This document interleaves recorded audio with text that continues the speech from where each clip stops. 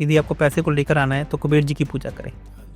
लेकिन मैं आपको यहाँ पे एक भ्रम तोड़ना चाहूँगा, कुबेर जी पैसा देते नहीं हैं, कुबेर जी सिर्फ पैसे की रक्षा करते हैं। 9 के 9 ग्रह एक के अधीन है, जी तो वो एक को मनाने से भी चल सकता है क्या काम? नहीं, ये आपने बहुत ही अच्छा क्वेश्चन किया। आप कौन से देवी देवता की संतान हैं, ये आपको पता करना है। ये कैसे पता? लोग जनरली मैंने देखा है कि प्रैक्टिस ये कर रहे होते हैं कि अगर शनि खराब है तो वो हाथ में भी वो शनि का छल्ला पहन रहे होते हैं। क्या ये सही है? पैसा आना शुरू हो जाएगा तो ये पैसा रखना भी होगा, और रखने के लिए भी कोई जगह होती है क्या स्पेसिफिक, या फिर कहीं भी रख लें? पैसा आपकी यदि जो हमारी कुंडली है उसके सेकंड हाउस में जो राशि बैठी होती है वो पैसे की राशि है।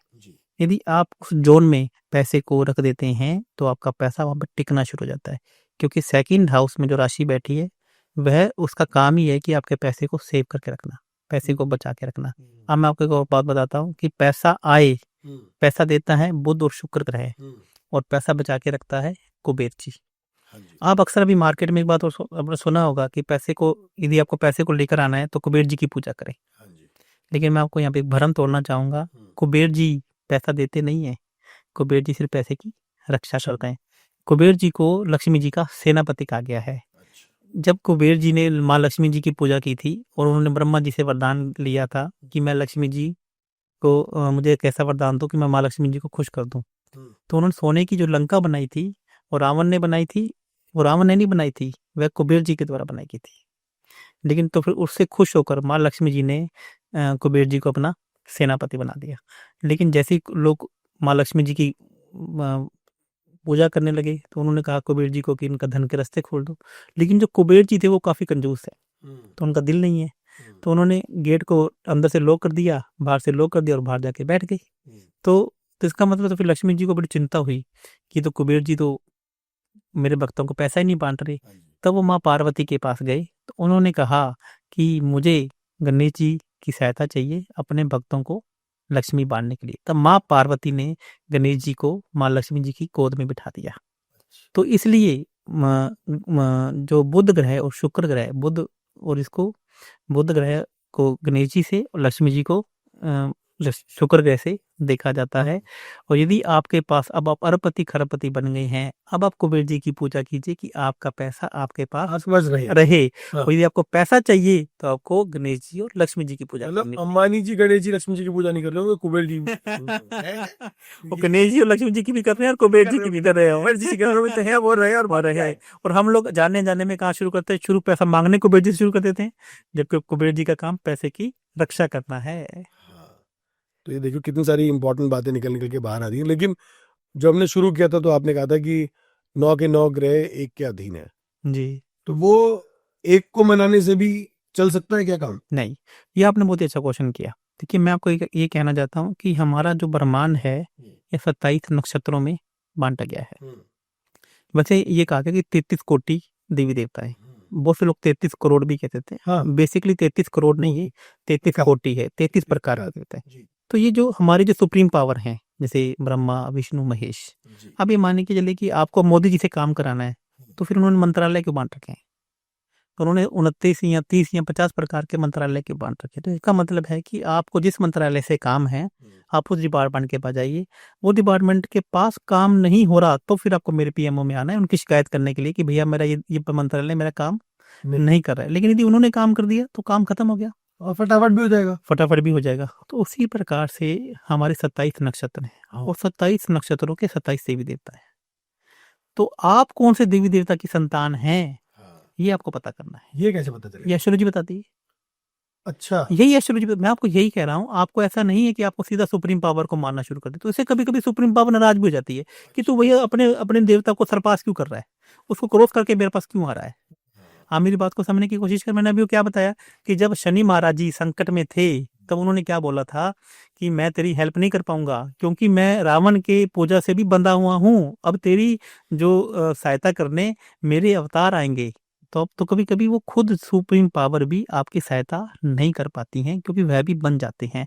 तो आपको ये पता होना चाहिए कि आपके अति मित्र देवता कौन से हैं, आपके अति मित्र पक्षी कौन से हैं, आपके अति मित्र पशु कौन से हैं, कोई पौधा है, एक पौधा कौन सा है जिनकी आप सेवा करने मात्र से आपका अति मित्र देवता आपसे प्रसन्न हो जाएंगे। फिर उनका काम है कि वो सुप्रीम पावर के पास जाएं या आपके शत्रु ग्रह के पास जाएं, उनको वो कैसे मनाएंगे।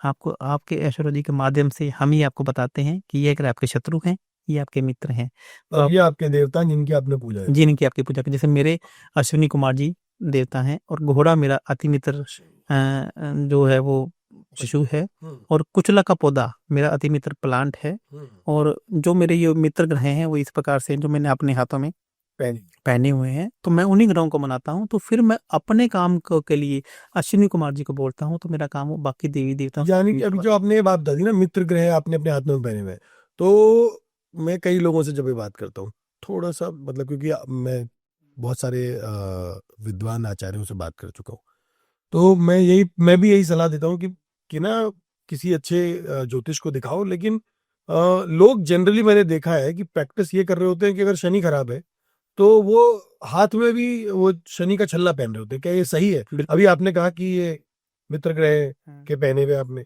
तो शनि खराब है, तो शनि खराब के लिए क्या करना चाहिए? पहली बात तो आपको ये समझना पड़ेगा कि शनि आपका खराब है कि नहीं है, ये आपको कैसे पता? वो तो ज्योतिष बताएगा ना। वो यही एक बहुत बड़ी समस्या है। आप मैंने क्या बोला कि अब अमित शाह जी का सूर्य नीच के तो हैं, लेकिन सूर्य उनके शत्रु नहीं है।